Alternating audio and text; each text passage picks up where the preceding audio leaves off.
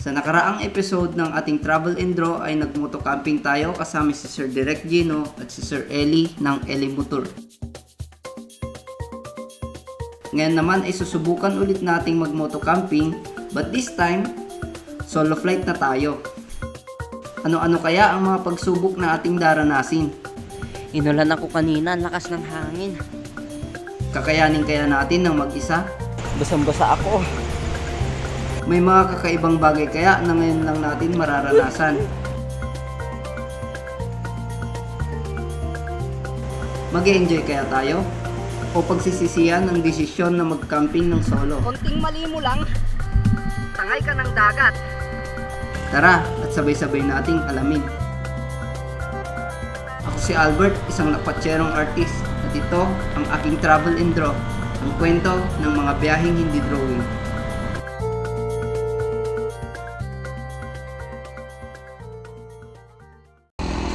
Good morning mga kalakotsero. Dito tayo ngayon sa Welcome Arc ng Alaminos dahil pupunta tayo ngayon sa Burgos at magka-camping tayo doon. But this time, mag-isa tayo. Hindi gaya nung nakaraan na kasama natin si Sir Direk Gino at si Sir Eli. So sana kayanin natin yung mga challenges na may encounter natin.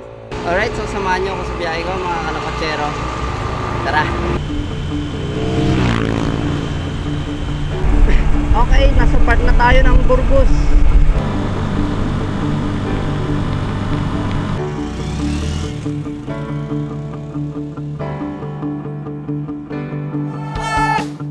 May kalabaw pa sa kalsada oh. Buti na lang mga kalakotsero, maganda yung panahon dahil nakita ko sa mapa yung mga lugar na target natin ay may mga kaunting trail. So buti na lang umaraw. Kahit pa paano siguro hindi ganun kaputik yung daan.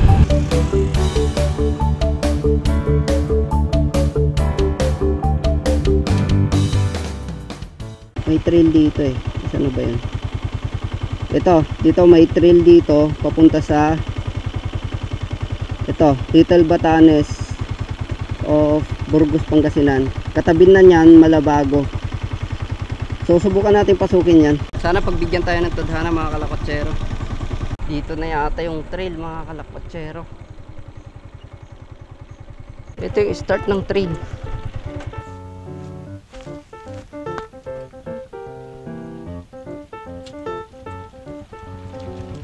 May kaunting adventure din tayo mga kalakotsero. Hinahanap-hanap ko na itong mga gantong ruta dahil kila Direk Gino. Nice G.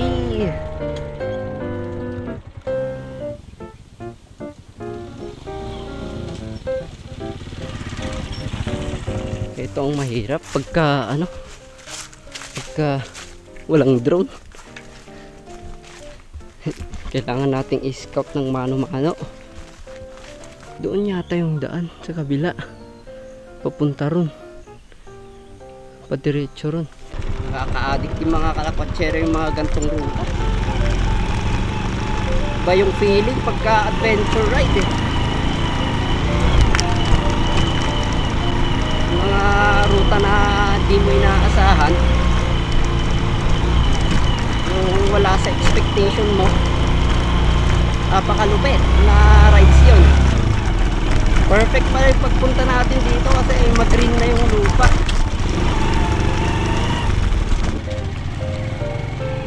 May pagka madulas yung lupa.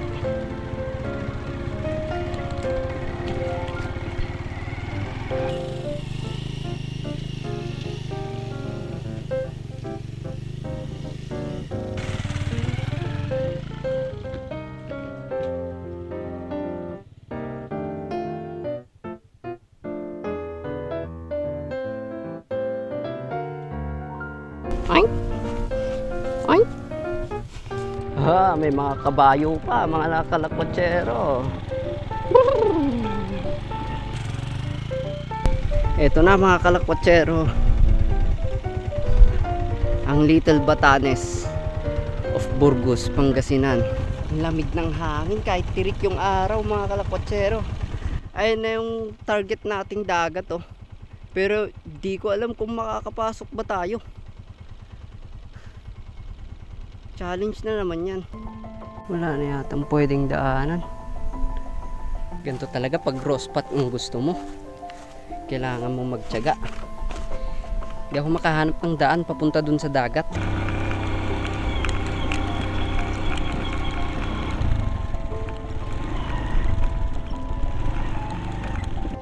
Kunti na lang eh. Negative yung ating first spot dahil wala tayong makitang access. Lahat may bakod. So babalik tayo. Doon tayo sa spot ni Sir Derek Gino. Sa secret spot niya. Malapit lang yun dito.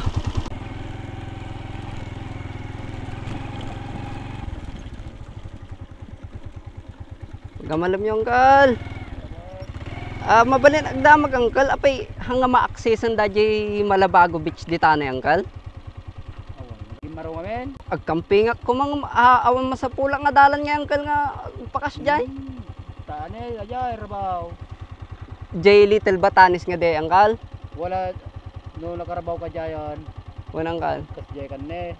Dalutong jay nga pag naamlok tamno ka ta si Rambala.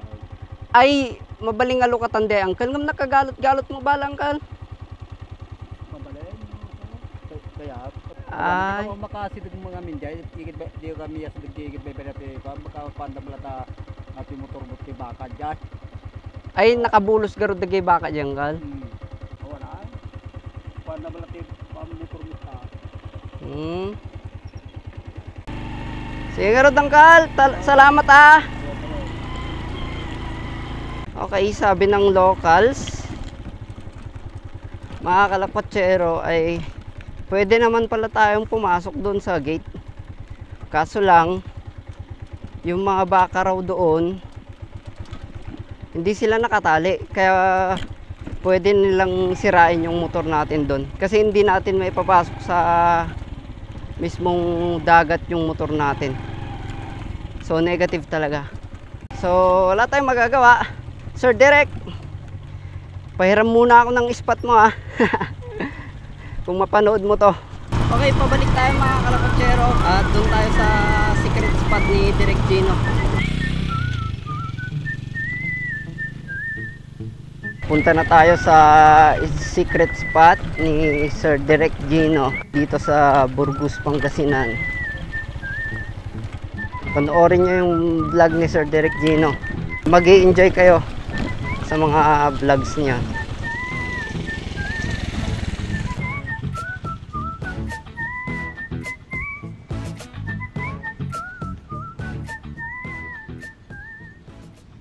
Lapit na tayo sa dagat mga kalakotsero. Finally, dagat na. Woo! Look at that. Very nice. Ang linaw ng tubig mga kalakotsero.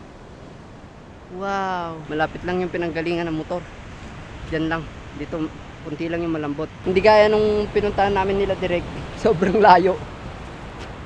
As in, meron din namang malayo dito kaso hindi ko na sinubukang gawin kasi wala akong kasama syempre. Iba pa rin talaga pag may kasama. At buti na lang dito sa nakita kong spot, may kahoy. Ayan o.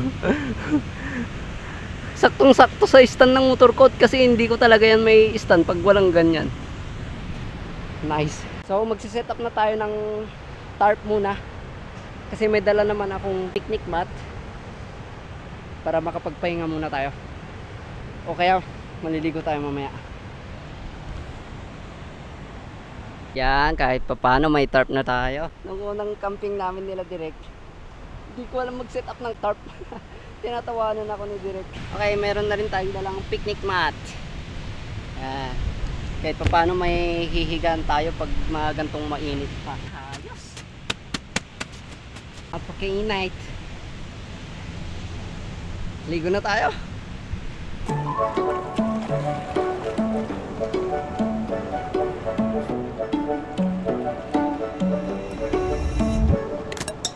Solid. Konting mali mo lang, tangay ka ng dagat. You are nowhere to be found. May mga green din na parang grass dito sa ilalim ng tubig. Punta tayo dun sa malakas na alon.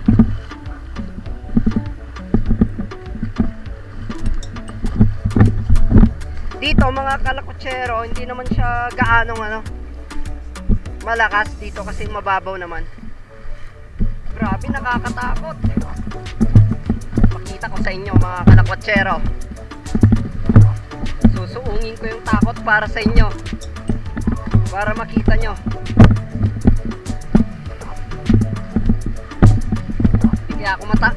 Di kaya ako matangay dito. Ang lakas ng alon. Oh.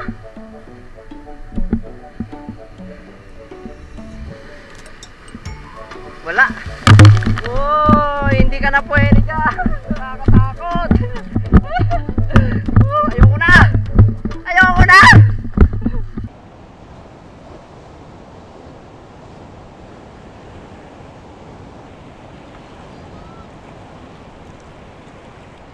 Alright mga kalakotsero, ang oras na natin ay 4:05.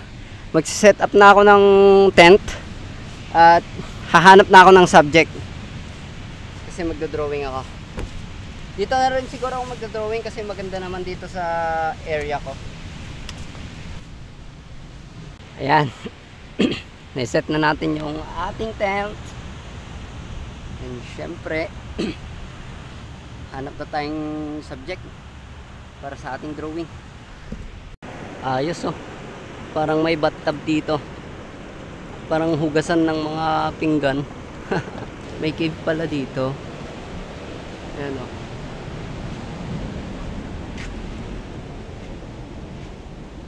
Astig naman nito. Balik na ako sa aking camping site.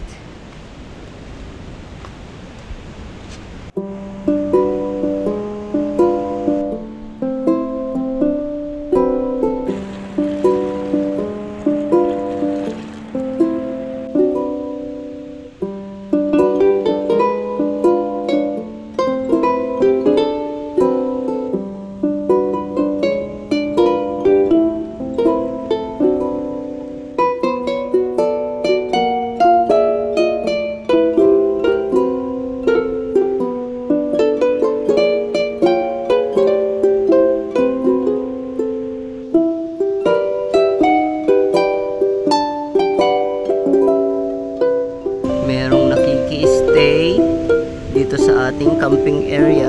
Labas na, huwag na mahiya. Dali. Labas na, dali. Dali. Yehey. Bye bye.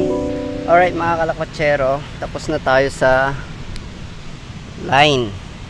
Yan. Oras natin 5:37 na ng hapon. At magpapainit akong tubig muna dahil magkakape tayo. Saka natin yan kukulayan ng watercolor. Doon tayo pipwesto sa may bato. Kumpleto tayo sa gear ngayon. Meron na rin tayong dalang kasirola. At late na burner. Kailangan may may barrier. Yan. Huwag kang liparin. Hanap muna tayong kahoy na gawin nating pantukod dun sa ating ito okay na to.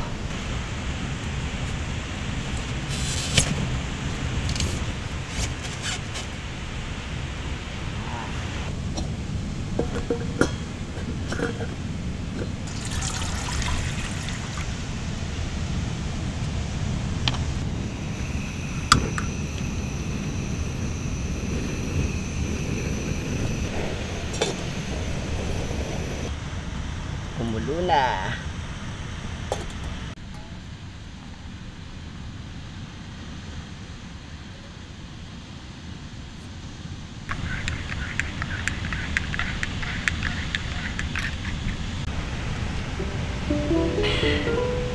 Swabe.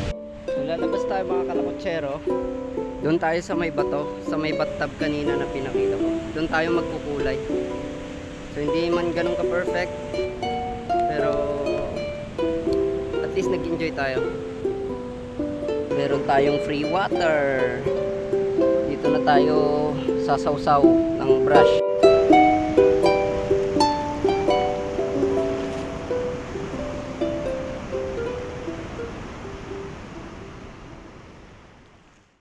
Hindi na ako nakapag-shoot ng madaming shot sa ating painting kasi naalala ko lulutuin pala yung ulam natin.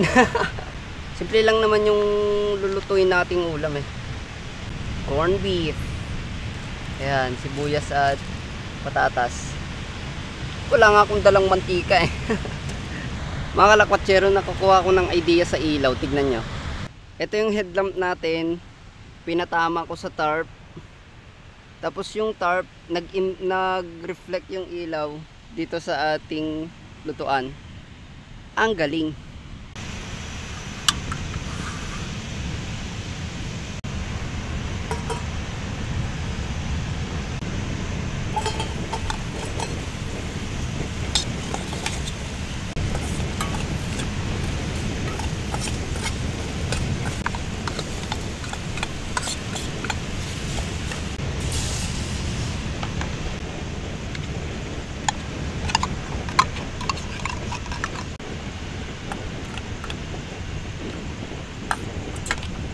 Pwede na to mga kalakwatsero. Ayan.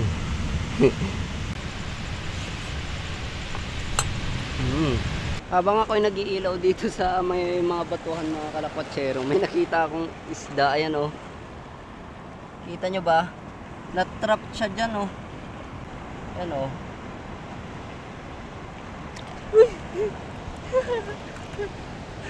Kain tayo mga kalakwatsero.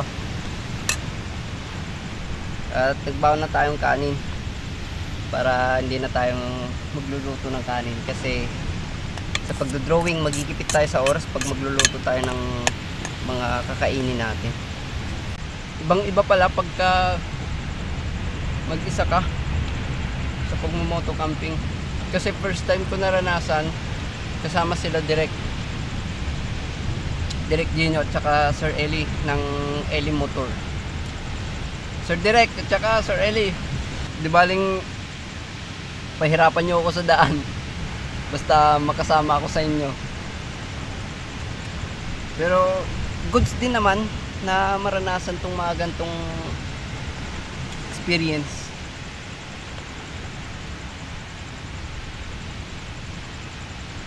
Kasi unang-una na nabibuild sa akin, para sa akin, yung tapang na gawin yung mga bagay na hindi ko nakasanayan na mag-isa.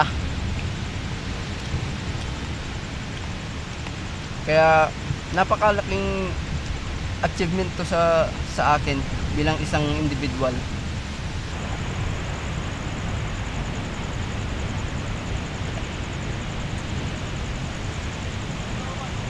Nag-iba yung setup ko mga kalakwatsero. Ayan. Inulan ako kanina, ang lakas ng hangin. Ito nangyari sa labas oh. Tumba lahat ng setup ko. Yan. Hindi ko inaasahan to ah. Basang-basa ako.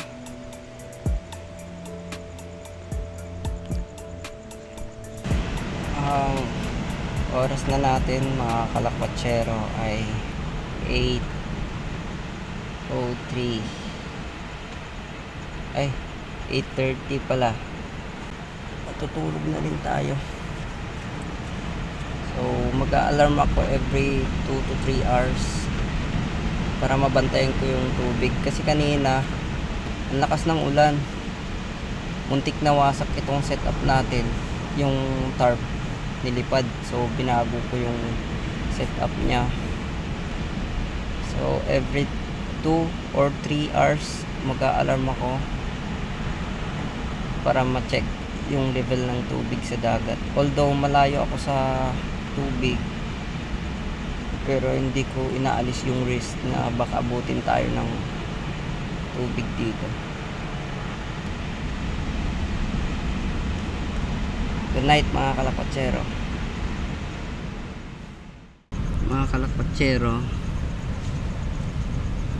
hindi ako makatulog. Oras na natin. Ayan, 11:34. Lagi kong pinapakinggan yung alon. So since di ako makatulog, drawing na lang siguro muna tayo.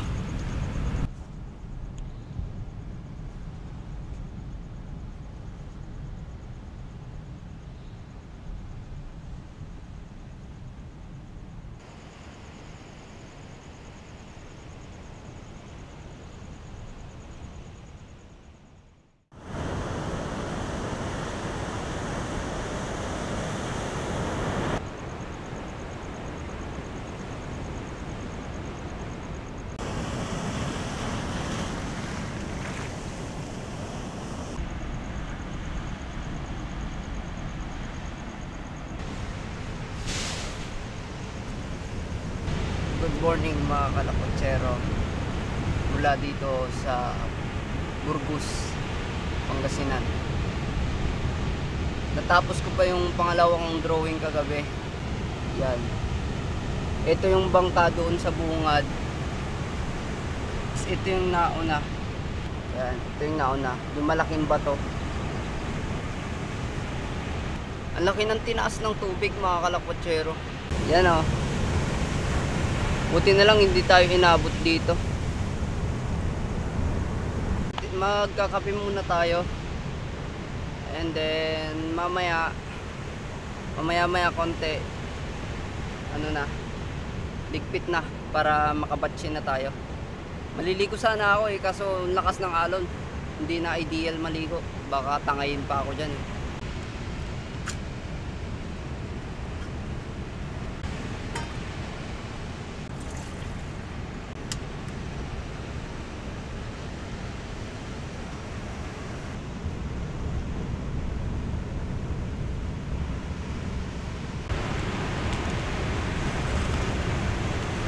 Isang tasang mainit na kape dito sa maalong dagat.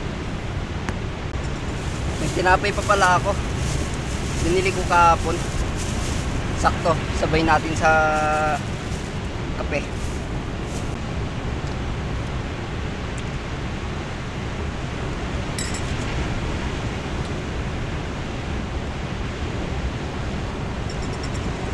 Di ako makatiis mga kalakwatsero, maliligo muna ako.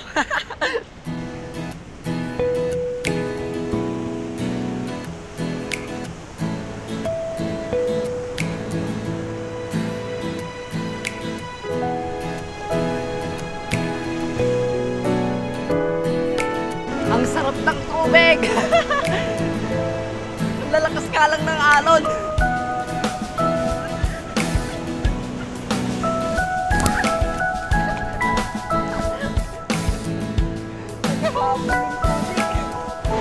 Oh, so refreshing mga kalakwatsero. Alright, so goods na ako. Na-refresh yung katawan ko, grabe. So ligpit na natin yung mga gamit natin para makabatsin na tayo. Ayos.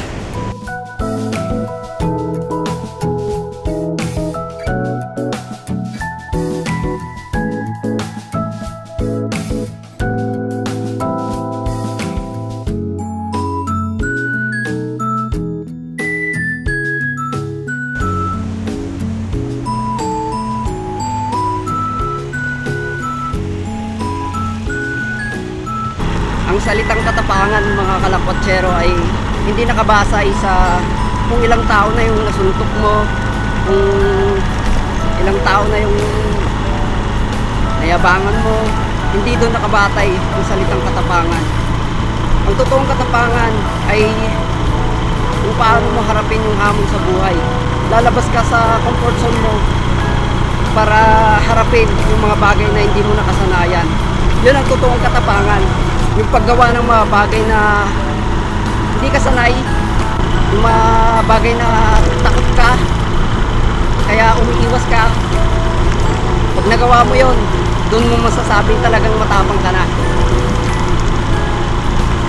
At sa pagkakataong naging matapang ka, doon lalo mag-i-improve yung personality mo, kung anong meron ka.